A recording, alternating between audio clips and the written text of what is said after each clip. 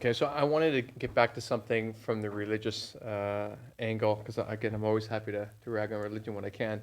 And so for me, going from Catholicism to atheism in maybe my late 20s, uh, looking back at it now through this lens of, gender, masculinity, manhood, like to me, I really see religious roots of like this whole Adam and Eve, not Adam and Steve sorts of ideas, like kind of like the inferiority of women through the lens of the Bible, like all of these things. But again, like I'm a hammer looking for a nail on this topic. But I wonder, you coming from like, the Vatican City of Mormonism in Utah, if you also see any parallels for this, and if you guys have any, because I'm happy to be wrong, but like would like to be right on this religion smashing. I mean, there could be a whole nother podcast on that Right. question, but I mean, absolutely.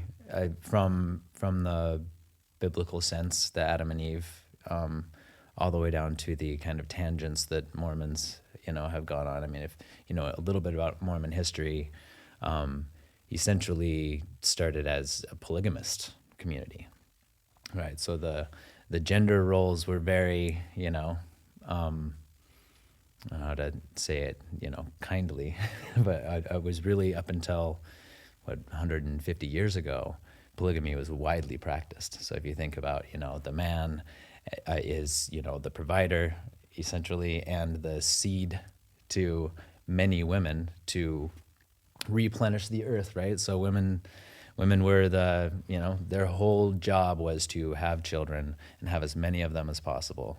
And the man's job was to, get them pregnant and raise them, and to hold the priesthood. And if you think about the gender roles, it gets very deep and very complicated. Like I say, we could go for an hour on it, but only men can hold the priesthood, right? Women can't hold the priesthood, and that means you have the power of God in your hands to give, endow a blessing unto somebody. Heal the sick. Just think of all the Jesus stories. Right. Put your hands on somebody, heal the sick. Comfort somebody in that kind of way, and to perform the ordinances and blessings that are performed in Mormon temples and at the churches and whatnot. So that was a responsibility, that you were taught as as far as I can remember since you were a child. Every Sunday, every Monday night, family night, every whatever it would be, like Wednesday or Thursday at the young men's group, and it was just constantly reinforced and beat into your head, if you will. Now, Mormons is a progressive religion, as in in 1978 they decided that black people could have the priesthood. And my sister joked after we saw the Book of Mormon musical that she said, actually, I think she said in 2023 the Mormons will change their mind about gay people and let them have the priesthood. Now, that hasn't happened. It is now 2023. If she listens to this, we can reflect on that. But yeah, I don't know how much else to say except for to give those examples, and then to know that like my sister's the other person that left the Mormon Church, and she for a long time was the breadwinner of her family with her ex-husband. So she kind of swapped those roles and has, and there is a group of Mormons I know now, Mormon women, that are kind of protesting to let them have the priesthood. So we'll see if any of those kinds of things happen. But of course, this not being about Mormonism per se, yes, religion played a huge role in what it meant to be a man, and or a woman. Right. And that responsibility to this day, when I think about it, kind of gives me this strange feeling, especially when it comes to polygamy and a lot of the beliefs about that. And polygamy in heaven is something that Mormonisms believe in, and it's it makes me very uncomfortable. And I remember my mom, when I was young, I would ask her, I was like, how do you feel about that? And she was basically saying, I, as a human, I don't feel good about it, here on earth, but maybe when I get there, I'll feel different about it. Oh And man. and the whole idea is that, why, how is this all justified? Well, I guess if you think back into like the 1800s, men would go to war, they would die, right? And there were more women in the church than there were men. So You know, I need to take care of my, you know, my best friends or my brother's wife. He died in the war, so I'll take her as a wife. And the same concept in heaven is that, you know, when we get there, there are more righteous women than there are men. So the men will be outnumbered and will need to take many wives. Oh my God, this shit drives me so crazy. Yeah. Because the whole thing of why I think this movement of just men being more connected, I'm not even going to say to be more emotional, just to be more connected with each other, is that I think that everyone should just be able to be whoever the fuck they want to be. And I think like women, like, you know, your mom or even my mom, like she wanted to go to university, but it was like, well, no, you're the woman, you can go and work, but like you're not going to university. Where I think it's a travesty. Like I think like her brother was able to go and her brother was younger than she was. And I think the whole idea that people not being able to be who they are bothers me on like a subatomic level. I don't even know what that means, but I feel like that's how it bothers me. Mm-hmm. And like, and maybe I even get that from my old man because he was the only one who left Italy out of six brothers and sisters because he was talking to his, like they were working the fields or whatever. He's talking to his dad and saying like, well, I want to go to school or I want to do this. And then his dad's like, well, no, like we're day laborers. We do this. You're not going to school. This is how it's going to be. And from that, it was the impetus for my dad to say like, well, I'm getting the fuck out of here then. And I'm going to go figure it out on my own. And so maybe I have that same sort of spirit that kind of like, well, if I can't do what I'm going to do, well, then fuck you, I'll find a way to do that. But I imagine a lot of people like that story from your really touched me about your mom, that like as a human being, I don't feel this is good, but because of this religion that I'm sold my life to, then I'm just going to put all my faith in that. And how many people do that, like for their whole life?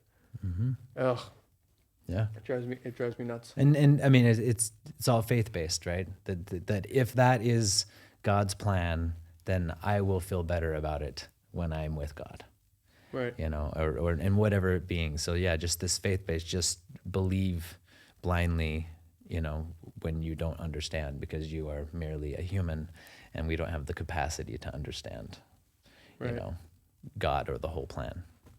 Yeah, it's like lazy thinking. It's like if we can't explain something, well, let's just give it up to God and take a knee on the rest. Do you guys have any religious sort of affiliations on this topic? So I mean, I'm Jewish. I wouldn't say I grew up outside Washington D.C. There's a pretty big Jewish community there, so it was for me. It's more cultural, than anything. So I mean, wasn't going to synagogue too often. I did go to Hebrew school and have a bar mitzvah and stuff, but it's more a matter of like traditions and sort of the cultural elements of it, and either be a doctor, lawyer, or engineer, or you're not really living up to the Jewish standards. So There's a lot more power for women in Judaism because I think it's like carried down from the mother. Is that right?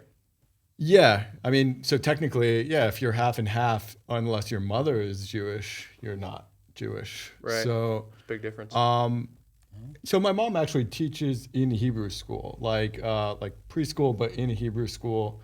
And my grandfather grew up in Williamsburg, Brooklyn, Orthodox, and I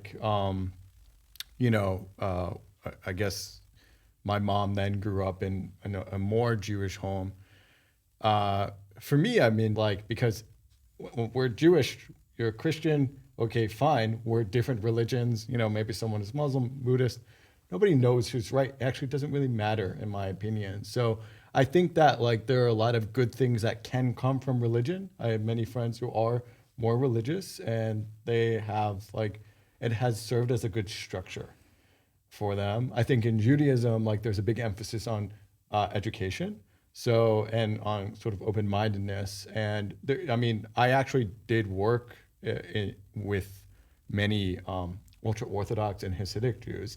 And it's funny, they didn't consider me Jewish, like I was like marginalized, so I think there's degrees to it, like everything. Right. And I felt really bad for them because in societies like that, actually women don't have, I mean, I remember my first day, I showed up and I just introduced myself to another woman that was there, and I tried to shake her hand and she's like, I can't touch you, because you're not my husband, and we couldn't even work in the same areas. We were split. Men were on one side, one way or the other in an office in like, pretty much contemporary times, Right. So I Yeah. think there's Bananas. degrees to it. I would say, I guess I'm lucky in some ways where like I was able to kind of take the good from it and, not kind of be too sucked into it. I think my family's pretty liberal and open-minded about it. And, but I was part of like a Jewish like fraternity a little bit, like in high school, as a way to meet other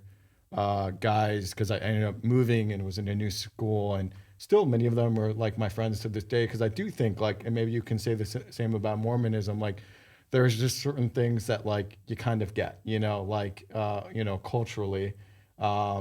That you don't have to explain, like for example, like there's the stereotype of like very anxious Jewish mothers, what's great if I meet another Jewish guy, we're going to be able to relate on that, and Right. there's things like that I think, are Italians and helpful. Jewish aren't so different. Very similar, very similar. But I wonder because there is that strong like matriarchal. It sounds like, well, aside from the Hasidic Jews, but like because the religion is passed down through the mother, there's more respect for the mother than maybe there is in Christianity in some respects. I wonder if that's why, like, because there are a lot of Jewish guys that are in like performing arts and things like that. I wonder if there is, well, therapy, maybe, you know what I mean? Like, I wonder if there's more, how do you say, support for men to be able to feel their feelings and be who they are in that religion. Well, so it's for me, it's actually it just ends up being a byproduct that when you imagine like the stereotype of like a like this strong man, it tends to not be Jewish, like so it's typical that women run the households and women are the strong personalities in a lot of Jewish families just because of necessity in some cases because when I think about most of my Jewish friends and their parents, it's like, I mean, the mom's the boss, and Right. and the guys sort of just go along with things, and like that's okay. And I think there's I don't know. I think it's more a matter of the big thing with Judaism, with I'd say for men, is like the financial aspect of it. It's like, okay, you should make money and provide for your family. But aside from that, it almost doesn't really matter, actually. So Okay. it's not much talked about, at least in whatever I've been exposed to. Right. And Johnny Scotland, how's that? Scotland, Yeah. from Northern Ireland. Oh shit! I made that mistake when we Yeah, I know, first right? met up too. Yeah, and I feel worse now for sure. Yeah. She didn't. That's fine. I was going to say. Sorry, buddy. Well, I mean, it's interesting. I mean, the sort of religious angle, and I guess we're getting to religious angle and gender roles. I don't think in Northern Ireland we get as far as that. We kind of, there's enough going on with religion there, and your related socioeconomic circumstance. That's a whole other podcast Okay. about conflict and identity and things like that.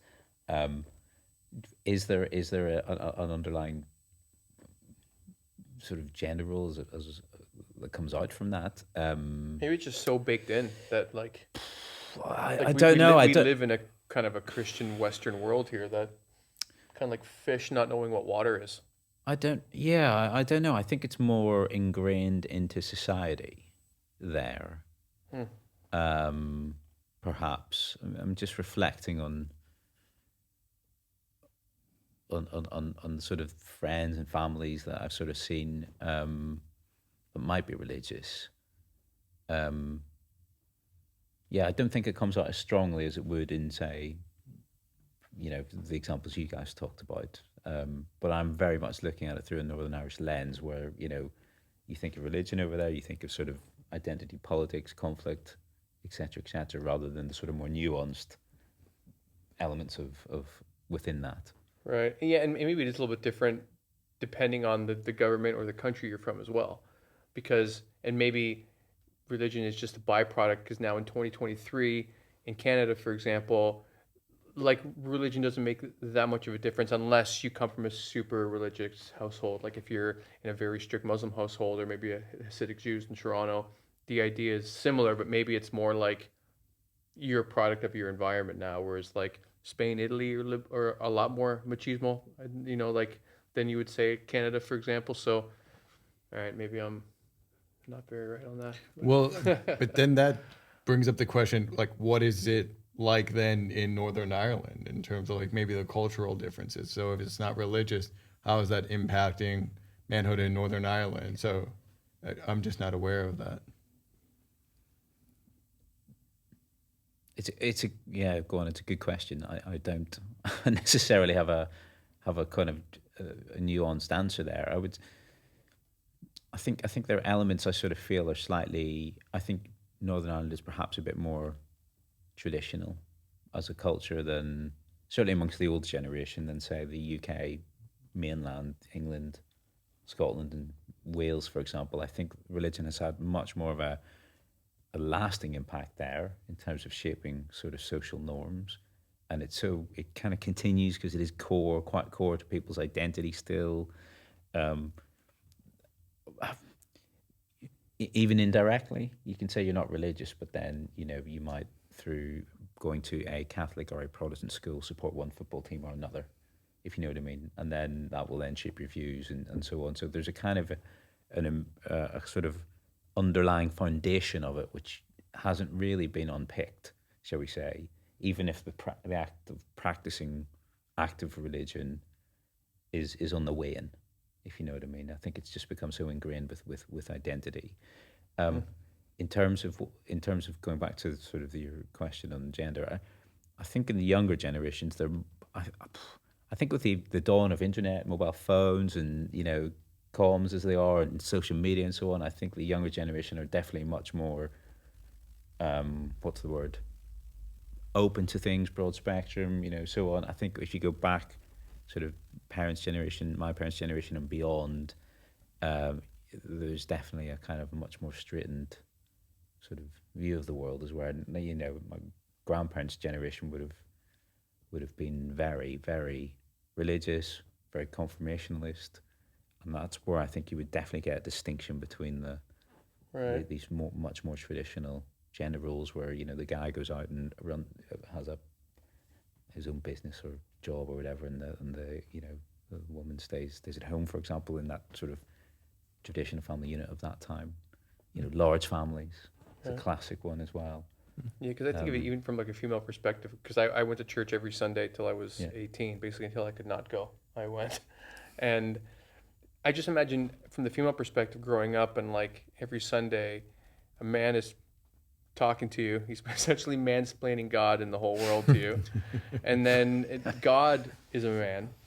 Like nuns are serving the priest. Like, so even if you want to grow up and you have these big ideas and dreams for the things you want to do, like it must be like, a bit of a hostage situation where you kind of feel like, oh, I guess that's not how the world works for me.